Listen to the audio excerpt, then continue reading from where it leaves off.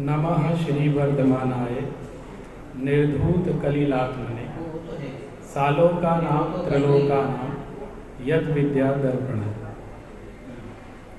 परम पूज्य आचार्य प्रवर छुल्लक जी एवं यहाँ पर समुपस्थित जैन इंजीनियर संगठन के सभी पदाधिकारीगण एवं सदस्यगण एवं उपस्थित सभी श्रावक एवं श्राविकाओं,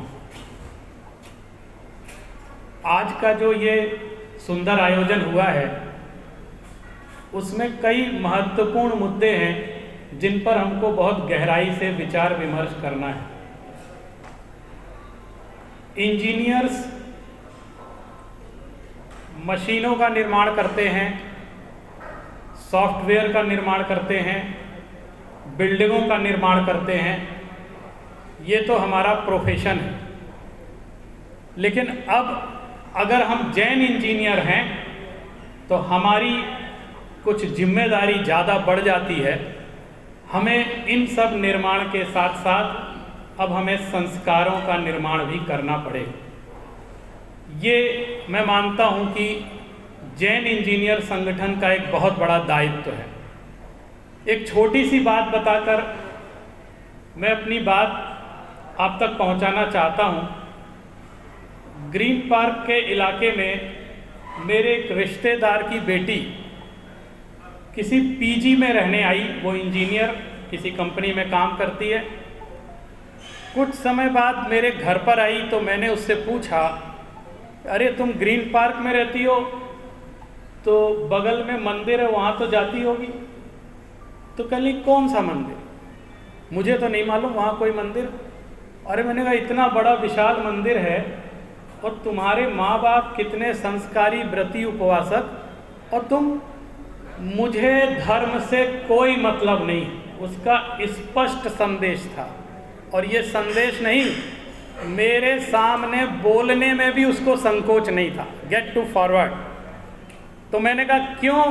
तो उसने कहा कि जैन समाज के कार्यक्रम बहुत टाइम किलिंग होते हैं, इसलिए मैं नहीं जाती। दूसरा, उसने कहा यहाँ आडंबर बहुत होता है, इसलिए मैं नहीं जाती। और भी 10-10 तरह की बातें उसने हमको कही। उसके बाद एक घटना और हुई। एक मेरे रिश्तेदार का बेटा जो दिल्ली में ही इंजीनियरिंग कर रहा था, मेरे साथ बड़ा गांव गया, दर्शन करने हम ले गए उसको। तो वहाँ पर मुनिराज के दर्शन करने गए तो वो गया नहीं, वो कार में बैठा रहा, मैं नहीं जाऊँ। तो मैंने कहा क्यों? तो जब मैं लौट के आया तो मैंने उससे पूछा, मैंने प्रेशर नहीं दिया उसको, मैंने पूछा, मैंने कहा हम सब लोग दर्शन करने गए थे, तुम क्यों नहीं? तो उसने कहा वो 28 मूल गुणों का पालन नहीं करते हैं, इसलिए मैं उनका दर्शन नहीं करता। तो मैंने उससे पूछा, बहुत अच्छी बात है, तुम्हें इतना ज्ञान है, तुम एक बात बताओ, 28 मूल गुण कहते किसको है? 28 के नाम याद है तुम्हें? ये मैं नहीं जानता, लेकिन मैंने अपने यहाँ ये सीखा है कि जो ऐसा होता है उन्हें दर्शन नहीं करता। ये 2-3 घटनाएं ऐसी हुई जिसने मुझे अंदर से हिला के रख दिया, और मुझे लगा कि हम अपने गाल बजाने में व्यस्त हैं और हमारे पैरों के नीचे से जमीन खिसक रही है। भविष्य में धर्म को चलाना बहुत कठिन हो जाएगा यदि हमारी नई पीढ़ी संस्कारित नहीं हो। ऐसा क्या है कि हम उनसे जुड़ नहीं पा रहे? ऐसा क्या है कि हम उनको अपनी धारा में नहीं ले पा रहे हैं? कहीं तो हमें भी सुधरने की ज़रूरत है और कहीं उनको सुधारने की ज़रूरत है। इसके लिए एक सेतु का काम कर सकता है एक वर्कशॉप का निर्माण। हम क्यों ऐसा नहीं कर पाते? आपको पता है दिल्ली एनसीआर में इतनी मल्टीनेशनल कंपनीज हैं और भी नेशनल कंपनीज हैं जहां जैन दूसरे शहरों से आए इंजीनियर लड़के लड़कियां रहते हैं, और वो यहाँ पर रह के भी हमसे नहीं जुड़ पाते। तो हमारे पास इंजीनियरिंग में एक और विकल्प है, वो है सोशल इंजीनियरिंग का, कि हमको उन लोगों को जोड़ करके एक सभ्य समाज का निर्माण करना है, उनको संस्कारित करना है। हम कौन सी ऐसी पद्धति अपनाएं, कौन से ऐसे क्लब बनाएं, ऐसे ग्रुप बनाएं कि जो इस तरह से भटकते हुए जैन इंजीनियर हैं, जो दिल्ली एनसीआर में रह रहे हैं, उनको किसी एक ग्रुप से जोड़ सकें और उनको समाज से जोड़ सकें, गुरुओं से जोड़ सकें और उनके अंदर संस्कारों का बीजारोपण कर सकें।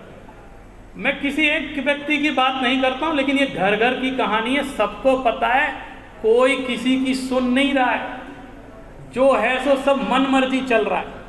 दूसरी एक बहुत बड़ी समस्या आप सभी फेस करते होंगे, हमने जो सोशल इंजीनियरिंग की कमी हो गई, उसके कारण एक बहुत बड़ा विडंबना हमारे सामने खड़ी हो रही है कि हमारे बच्चे जब इंजीनियर बन जाते हैं, डॉक्टर बन जाते हैं, बहुत बड़े प्रोफेशन में चले जाते हैं, तो वो अपना जीवन साथी भी अपनी कंपनी में ही ढूंढते हैं, समाज में नहीं ढूंढते।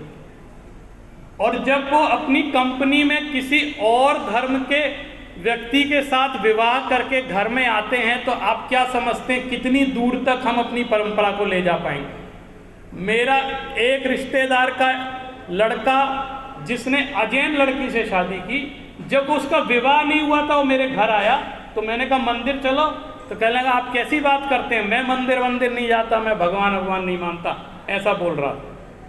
तो मैंने कहा अरे ऐसी कैसी बात कर रहे हो तुम। किसी तरह कन्वेंस किया, उसने एक अन्य धर्म की लड़की से शादी की, फिर शादी के बाद मेरे घर आया तो मुझसे कह रहा है जरा मैं छतरपुर मंदिर दर्शन करने जाना है, वो पत्नी जाती है ना वहाँ पे, तो उसके साथ मुझे जाना है, जरा आप लेके चलो। हमने कहा तुम तो कह रहे थे तुम भगवान मानते नहीं हो, तो सिर्फ जैन भगवानों से ही दिक्कत है तुमको, और बाकी के सारे भगवान तुमको प्यारे लगते हैं। ये संस्कार कहाँ से आ गए? ये चीज़ आपको पता है, ये पैरों के नीचे से जमीन खिसक रही है। आप समझो उसका परिवार, उसकी next generation total cut off हो जाएगी। तो हम जब धर्मी ही नहीं रहेंगे तो धर्म को लेकर कहाँ जाएंगे। न धर्मो धार्मिकई बिना, आचार्य समंत भद्र ने हमको ये उपदेश दिया है। इसलिए मैं सिर्फ एक संकल्प, हमारे यहाँ सूरजमल बिहार से, वसुंधरा से, ऋषभ बिहार से, सब जगह से लोग आए हैं, आप ये करिए, साल में एक वर्कशॉप रखेंगे, उसमें हम खोज के इंजीनियरों को लाएंगे और उनको इकट्ठा करके वहाँ पर एक शिविर का आयोजन करेंगे, ताकि उनके अंदर, और सिर्फ रिलीजियस फ्लेवर में आप काम मत करिए, उनको क्लब्स दीजिए, उनको संस्कार थोड़े मॉडर्न पद्धति से सिखाइए, लॉजिक के साथ उत्तर दीजिए। मैं आपके साथ हूँ, आप मुझे जब बुलाएंगे मैं उनको पढ़ाने के लिए वहाँ पर आऊँगा, तब जा कर के इंजीनियर्स का जैनिज्म के डेवलपमेंट में क्या योगदान है ये साबित। साल में एक शिविर जरूर करिए। जिस संस्था के आप पदाधिकारी हैं, आप ये चेक करिए कि आपकी संस्था में, मंदिर में पाठशालाएं चल रही हैं कि नहीं चल रही। आपको मालूम है आज इस्लाम धर्म की सबसे बड़ी मजबूती है उसके मदरसे। मदरसों में जिन्होंने ट्रेनिंग ली है वो गला कट जाता है, लेकिन अपने धर्म को नहीं छोड़ते। और हमारे ये नौनिहाल नई किताबें पढ़ करके 1 मिनट में चाहे दुनिया की चीज़ें मान लें, लेकिन अपना खुद का धर्म छोड़ देते हैं। इसलिए आपको आवश्यकता है हर मंदिर, हर संस्था में कम से कम रविवार के दिन एक बच्चों की पाठशाला जरूर होनी चाहिए। 14-15 साल की उम्र तक आप उनको जो सिखा लेंगे, बाद में तो वो भगवान की भी नहीं सुनते हैं, आपकी तो क्या सुने। तो आप बचपन में जो बीजारोपण कर देंगे, हमारे गुरुवर आचार्य श्री, आप देखिए, आपने आचार्य विद्यानंद महाराज जी की जय बोली, उनके साथ विद्या शब्द जुड़ा है। आपने आचार्य ज्ञान सागर महाराज जी की जय बोली, उनके साथ ज्ञान शब्द जुड़ा है। और हमारे सम्मुख विराजमान आचार्य श्रुत सागर महाराज जी हैं, वो भी श्रुत के सरोवर हैं, वो भी ज्ञान से जुड़े हुए हैं। अगर हमने ज्ञान को छोड़ दिया तो भविष्य में हम अपने धर्म को नहीं बचा पाएंगे, ये आप समझ लीजिए। इतनी बात कहकर मैं चाहता हूँ कि आप आज के इस युग में यदि जैन धर्म को बचाना है, यदि जैन ज्ञान को बचाना है, तो आप बच्चों को बचा लीजिए, भविष्य के इंजीनियर तैयार कर दीजिए, सोशल इंजीनियरिंग पर काम करिए, तो निश्चित रूप से जिनवाणी बचेगी, जैन धर्म बचेगा, जैन समाज बचेगा। नमस्कार, जय जिनेंद्र, जय जिनेंद्र।